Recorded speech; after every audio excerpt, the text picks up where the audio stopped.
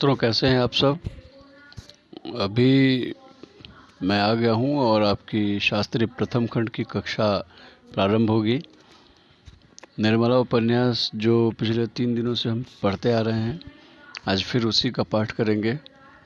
और इस पाठ के दौरान धीरे धीरे मैं व्याख्या भी करता जाऊंगा कि क्या आपको ज़रूरत पड़ेगी और किस चीज़ की ज़रूरत नहीं पड़ेगी, वो सब आप जानें और समझें। इस उपन्यास को पढ़ने का ध्येय ये भी है कि इसके पात्रों से आप परिचित हो जाएं, क्योंकि परीक्षा में इन्हीं पात्रों को लेके काफ़ी प्रश्न आते हैं, वस्तुनिष्ठ प्रश्न आते हैं, या फिर किसी एक पात्र को देकर व्याख्या करने को भी कह दिया जाता है। तो जब तक आपको पात्र के बारे में जानकारी नहीं रहेगी तब तक आप कुछ लिख नहीं पाएंगे। इसलिए इस पाठ का पढ़ना लाजम है। तो हम लोगों ने ये कहानी वहाँ तक पढ़ ली थी कि भुवन जो निर्मला के होने वाले ससुर थे और मोटे राम जो पंडित हैं वो जाते हैं एक पत्र लेकर, दुख भरा पत्र लेकर। भुवन जी तो साफ मना कर देते हैं कि हम अपने बेटे का ब्याह नहीं करेंगे, लेकिन उनकी पत्नी को दया आ जाती है और वो कहती हैं कि शादी हमें करनी चाहिए क्योंकि वह बहुत बुरी अवस्था में है। लेकिन जिस लड़के से शादी होनी थी वो लड़का साफ मना कर देता है। वो कहता है कि अगर दहेज नहीं मिलेगा तो ब्याह नहीं करूँगा। अब इससे आगे आप देखिए। मोटे राम जी कुछ देर तक तो कहार की राह देखते रहे। जब उसके आने में बहुत देर हो गई तो उनसे रहा ना गया। सोचा यहाँ बैठे बैठे काम न चलेगा, कुछ उद्योग करना चाहिए। भाग्य के भरोसे यहाँ आड़ी दिए बैठे रहे तो भूखों मर जाएंगे। यहाँ तुम्हारी चुपके से लकड़ी उठाई और जिधर से कहार गया हुआ था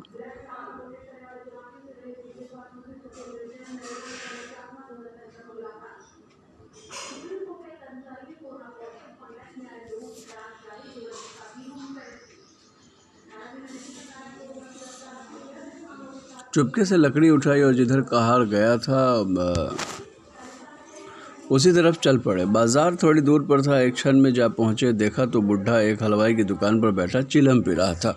उसे देखते ही आपने बड़ी बेतकल्लुफ़ी से कहा, अभी कुछ तैयार नहीं है क्या महाराज? सरकार वहाँ बिगड़े बैठे हैं, जाकर सो गया, कहीं ताड़ी पीने लगा।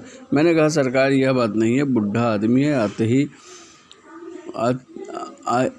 आने को तो आ ही जाएगा। बड़े विचित्र जीव हैं, न जाने यहाँ कैसे नौकर टिकते हैं। कहार, मुझे छोड़कर आज तो कोई टिका ही नहीं और न टिकेगा। साल भर से तलब नहीं मिली है, किसी की तलब नहीं देते। जहाँ किसी ने तलब मांगी तो उसे लगे डांटने, बेचारा नौकरी छोड़कर भाग जाता है। वह दोनों आदमी जो पंखा मल रहे हैं वह सरकारी नौकर हैं। सरकार से 2 अर्दली मिले हैं ना, इसी से मरे पड़े हुए हैं। मैं भी सोचता हूँ कि जैसा तेरा ताना बाना वैसी मेरी भरनी। 10 साल कट गए हैं, साल 2 साल में इसी तरह और कट जाएंगे। मोटे राम, तो तुम ही अकेले हो, नाम तो कई कहारों का लेते हैं। कहार वाह साहब तो 2-3 महीनों के अंदर ही छोड़कर चले गए, या तो अपना रौब जमाने के लिए अभी तक उनका नाम जप रहे हैं। कहीं नौकरी दिलाइएगा, चलूं? अजीब बहुत नौकरी हैं। कहार तो आजकल ढूंढे नहीं मिलते। तुम तो पुराने आदमी हो, तुम्हारे लिए नौकरी की क्या कमी है? वहाँ कोई ताज़ी चीज़? मुझसे कहने लगे, खिचड़ी बनाइएगा या बाटी लगाइएगा। मैंने कह दिया, सरकार बुढ़ा आदमी है, रात को उसे मेरा भोजन बनवाने का मैं कष्ट होगा, मैं कुछ बाजार में ही खा लूँगा, आप चिंता न करें। बोले, अच्छी बात है। कहार, आपको दुकान पर मिलेगा? बोलो शाह जी, कुछ तर्द माल तैयार है, लड्डू तो ताज़े ही होंगे, तोल दो एक सेर, वहीं ऊपर ना। या कहकर मोटे राम जी हलवाई की दुकान पर जा बैठे और तर माल चखने लगे। खूब छक्कर खाया, 2.5-3 सेर चट कर गए। खाते जाते थे और हलवाई की तारीफ़ करते जाते थे। शाहजी, तुम्हारी दुकान का जैसा नाम सुना था वैसा ही है, वैसा ही भाल भी पाया। बनारस वाले ऐसे रसगुल्ले नहीं बना पाते, कलाकंद अच्छी बनाते हैं, पर तुम्हारी उनसे बुरी नहीं है। माल डालने की अच्छी चीज़ नहीं बन जाती, विद्या चाहिए। कुछ और लीजिए महाराज, थोड़ी सी रबड़ी मेरी तरफ से खाइए। इच्छा तो नहीं है, पर दे दो पाव भर। पाव भर क्या लीजिएगा, चीज़ अच्छी है, आध सेर तो खाइए। खूब इच्छापूर्ण भोजन करके पंडित जी ने थोड़ी देर बाजार की सैर की और 9 बजते बजते मकान पर आ गए। यहाँ सन्नाटा सा छाया हुआ था। एक लालटेन जल रही थी।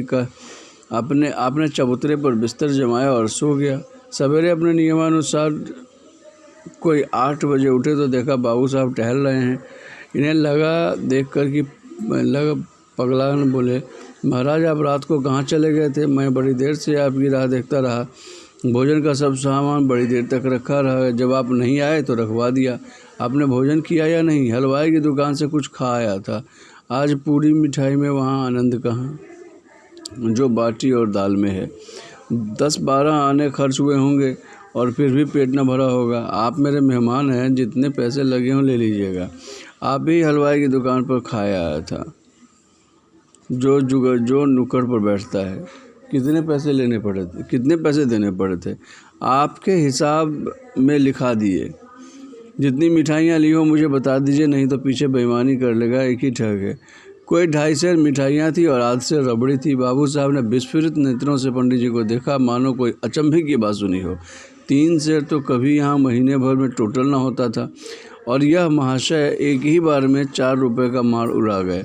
अगर आप 1 आध दिन और रह गए तो बधियाई बैठ जाएगी। पेट है या शैतान की कब्र? 3 सेर कुछ ठिकाना है?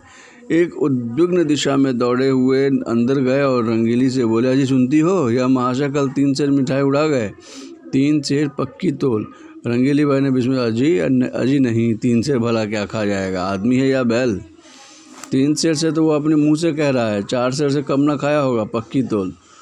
पेट है या शनिचर? आज और रह गया तो 6 सेर पर हाथ फेर देगा। तो आज रहे ही क्यों? खत का जवाब जो देना हो देकर विदा करो। अगर रहे तो साफ कह देना कि हमारे यहाँ मिठाई मुफ्त नहीं आती। खिचड़ी बनाना हो तो बनाएं, नहीं तो अपनी राह लें। जिन्हें ऐसे पेटुओं को खिलाने में मुक्ति मिलती हो वे खिलाएं, हमें ऐसी मुक्ति ना चाहिए। मगर पंडित जी विदा लेने को तैयार बैठे थे, इसलिए बाबू साहब को कौशल से काम लेने की ज़रूरत नहीं पड़ी। क्या पूरी तैयारी कर दी महाराज? हाँ अब चलो। हाँ सरकार अब चलूँगा। 9 बजे की गाड़ी मिलेगी ना? भला आज तो रह जाइए। कहते कहते बाबूजी को भय हुआ, यही महाराज सचमुच रह ना जाएं। कह रहे इसलिए वाकई पूरा योग किया था।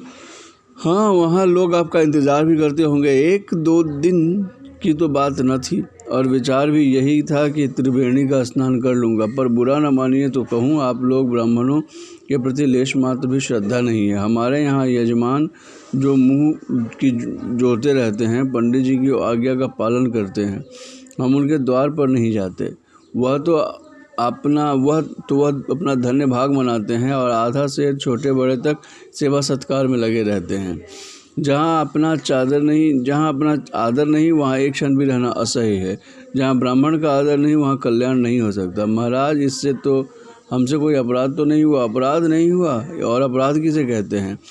अभी आप ही ने घर में कहा कि महाशय 3 सेर मिठाई चट कर गया। पक्की तोल।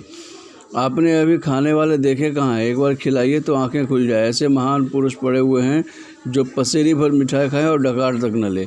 एक मिठाई खाने के लिए हमारी चिरौरी की जाती है, रुपए दिए जाते हैं। हम भिक्षुक नहीं हैं जो आपके द्वार पर पड़े रहें। आपका नाम सुनकर आए थे, यह न जानते थे कि हम यहाँ मेरे भोजन के भी लाले पड़ेंगे।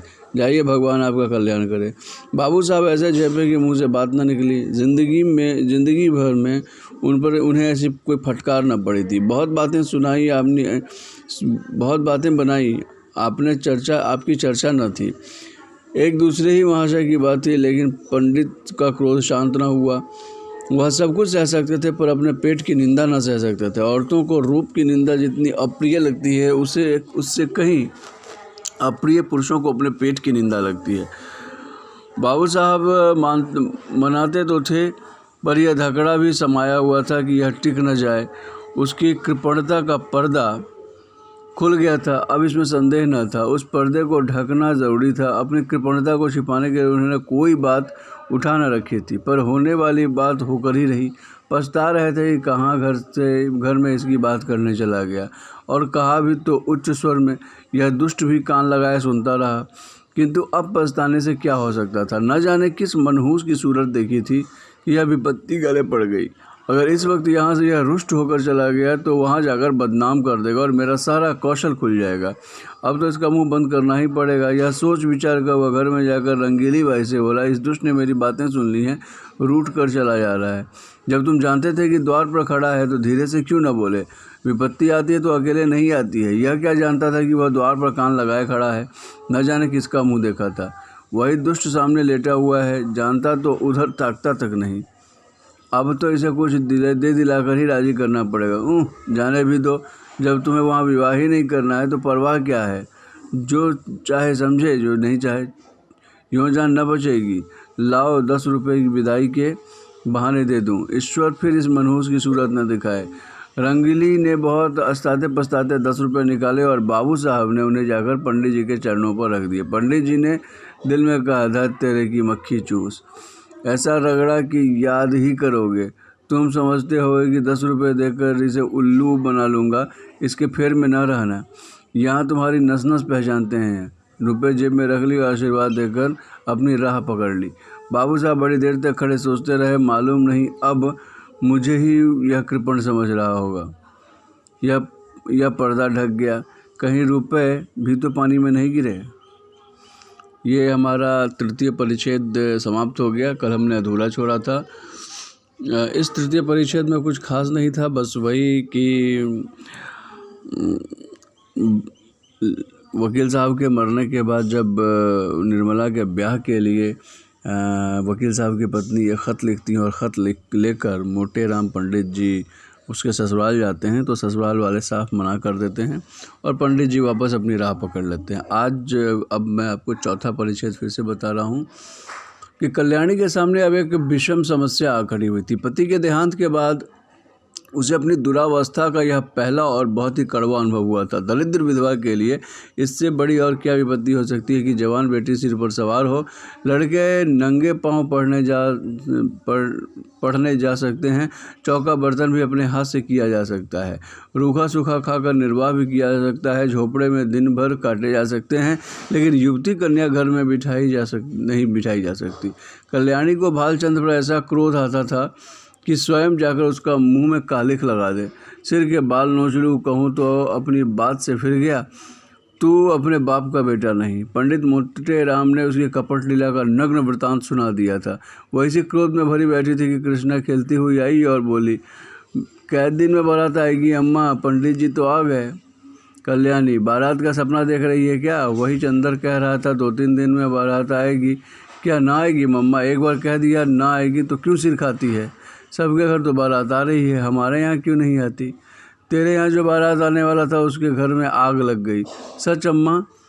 तब तो सारा घर ही जल गया होगा। कहाँ रहते होंगे? बहन कहाँ जाकर रहेगी? अरे पगली, तू तो बात समझती नहीं। आग नहीं लगी, हमारे यहाँ ब्याह ना होगा। यह क्यों अम्मा? पहले तो वहाँ सब कुछ ठीक, वहाँ तो ठीक हो गया था ना। बहुत से रुपए मांगता है, मेरे पास उसे देने को रुपए नहीं है। क्या बड़े लालची हैं अम्मा? लालची नहीं तो और क्या है? पूरी कमाई पूरा कसाई है, निर्दयी दगाबाज। तब तो अम्मा बहुत अच्छा हुआ कि उसके घर बहन का ब्याह नहीं हुआ। बहन उसके साथ कैसे रहती? यह तो खुश होने की बात है अम्मा, तुम रंज क्यों करती हो? कल्याणी ने पुत्री के स्नेह को स्नेहमयी दृष्टि से देखा और इसका कथन कितना सत्य है, भोले शब्दों में समस्या का कितना मार्मिक निरूपण है। सचमुच यह तो प्रसन्न होने की बात है। ऐसे कुपत्रों से संबंध नहीं हुआ, रंज की कोई बात नहीं। ऐसे कुमानुसों के बीच बेचारी निर्मला की न जाने क्या गति होती।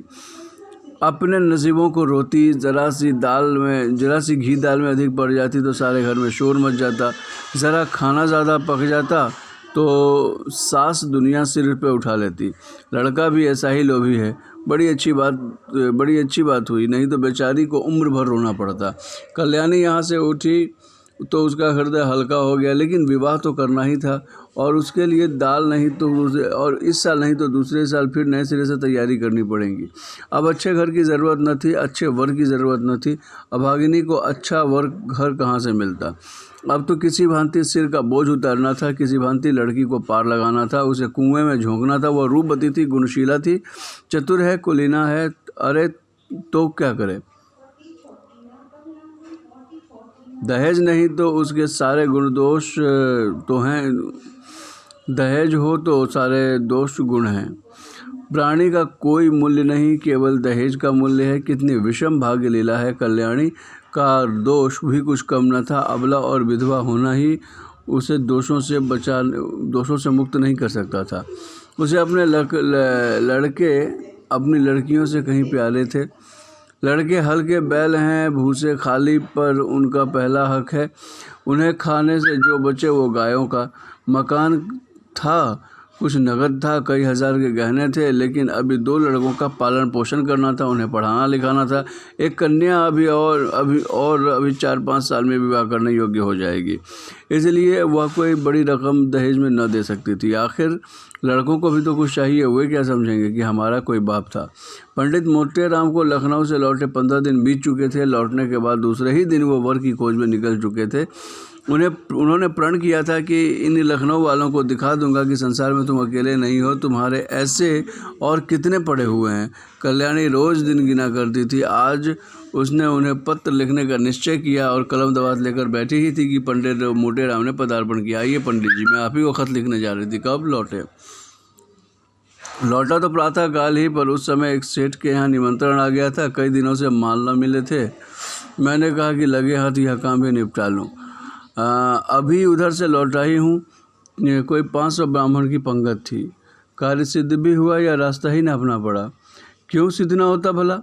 यह भी कोई बात है?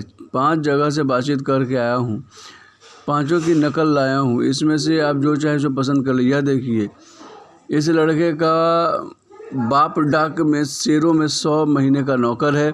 लड़का अभी कॉलेज में पढ़ रहा है, मगर नौकरी का भरोसा है। घर में कोई जायदाद नहीं है। लड़का होनहार मालूम होता है, ख़ानदान भी अच्छा है। 2000 में बात तय हो जाएगी। मांगते तो 3000 हैं। लड़के के भाई भी हैं नहीं, मगर 3 बहनें हैं और तीनों कारी हैं। माता जीवित हैं। अच्छा, अब दूसरी नकल देखिए। यह लड़का रेल में शेरों में 50 रुपये महीने पाता है। माँ बाप नहीं है। बहुत ही रूपवान, सुशील, शरीर से बहुत हिष्ट पुष्ट, कसरती जवान है, मगर ख़ानदान अच्छा नहीं है। कोई कहता है कि माँ नाइन थी, कोई कहता है ठकुराइन थी। बाप किसी रियासत के मुख्तार थे। घर पर थोड़ी सी ज़मींदारी है, मगर उस पर कई हज़ार का कर्जा है।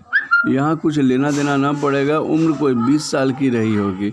कल्याणी, ख़ानदान में दारा ना होता तो मंजूर कर लेती। देखकर मक्खी नहीं निकली जाती। तीसरी नकल देखिए। यह ज़मींदार का लड़का है। कोई 1000 सालाना नफ़ा है। कुछ खेती बाड़ी भी होती है। लड़का पढ़ा लिखा तो थोड़ा ही है, पर कचहरी अदालत का काम में चतुर है। दुहाजू है। पहली स्त्री को मरे हुए 2 साल हो चुके हैं। उससे कोई संतान नहीं है, लेकिन रहन सहन मोटा है। पीसना कूटना घर में ही होता है। कुछ दहेज मांगते हैं, इसकी न पूछिए। 4000 सुनाते हैं। अच्छा, यह चौथी नकल देखिए। लड़का वकील है। उम्र कोई 35 साल की होगी। 300-400 की आमदनी है। पहली स्त्री मर चुकी है। उससे 3 लड़के भी हैं। अपना घर बनवाया है। कुछ जायदाद भी खरीदी है। यहाँ लेन देन का झगड़ा नहीं है। ख़ानदान क्या है? बहुत ही उत्तम, पुराने रईस हैं। अच्छा, यह 5वीं नकल देखिए। बाप का छापा खाना है। लड़का तो BA तक है। उसी छापे खाने में काम भी करता है। उम्र 18 साल की होगी। घर में प्रेस के सिवाय कोई जायदाद नहीं है, मगर किसी का कर्जा सिर पर नहीं है। ख़ानदान न बहुत अच्छा है न बहुत बुरा। लड़का बहुत सुंदर और सच्चरित्र है, मगर 1000 से कम में मामला न तय होगा। मांगते तो 3-4 हज़ार हैं। अब बताइए, आपको कौन सा वर पसंद है? आपको समय में कौन पसंद है? मुझे तो 2 वर पसंद है। एक जो रेलवे में है और दूसरा जो छापे खाने में काम करता है। मगर पहले के तो ख़ानदान में आप दोष बताते हैं। हाँ, दोष तो है, तो छापे खाने को ही रहने दीजिए। यहाँ 1000 देने को कहाँ से आएगा? 1000 तो आपका ही अनुमान है, शायद और भी मुँह फैलाए। और आप तो घर की दशा देख ही रहे हैं। भोजन मिलता जाए यही गनीमत है। रुपए कहाँ से आएंगे? ज़मींदार साहब 4000 सुनाते हैं। डाक बाबू 2000 का सवाल करते हैं। इसको जाने दीजिए। बस वकील साहब ही बच जाते हैं। 35 की उम्र भी कुछ ज़्यादा नहीं होती। इन्हीं को क्यों ना देखिए। आप खूब सोच विचार लो। मैं तो आपकी मर्ज़ी का ताबेदार हूँ। जहाँ कहिएगा वहाँ जाकर टीका कराऊँगा, मगर 1000-1500 का मुँह न देखिए। छापे खाने वाला लड़का रत्न है। उसके साथ कन्या का जीवन सफल हो जाएगा। जैसी यह रूप और गुण की पूरी है, लड़का भी वैसा ही सुंदर और सुशील है। पसंद तो मुझे भी यही है महाराज, पर रुपए किसके घर से आए? कौन देने वाला है? ऐसा कोई दानी है? खाने पीने वाला तो खा पी कर चंपत हो गया।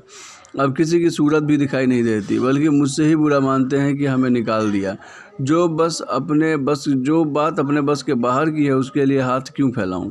संतान किसको प्यारी नहीं होती, कौन उसे सुखी नहीं देखना चाहता। पर जब अपना काबू भी हो, आप ईश्वर का नाम लेकर वकील साहब का टीका कराइए।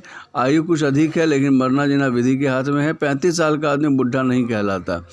अगर लड़की के भाग्य में सुख भोगना होगा तो वहाँ जाएगी तो सुखी रहेगी, दुख भोगना होगा तो जहाँ जाएगी दुख ही मिलेगा। हमारी निर्मला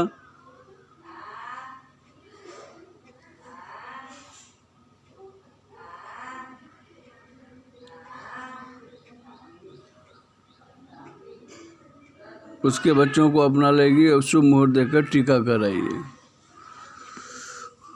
तो ये हमारा चौथा परिच्छेद था और यहाँ से कहानी प्रारंभ होती है।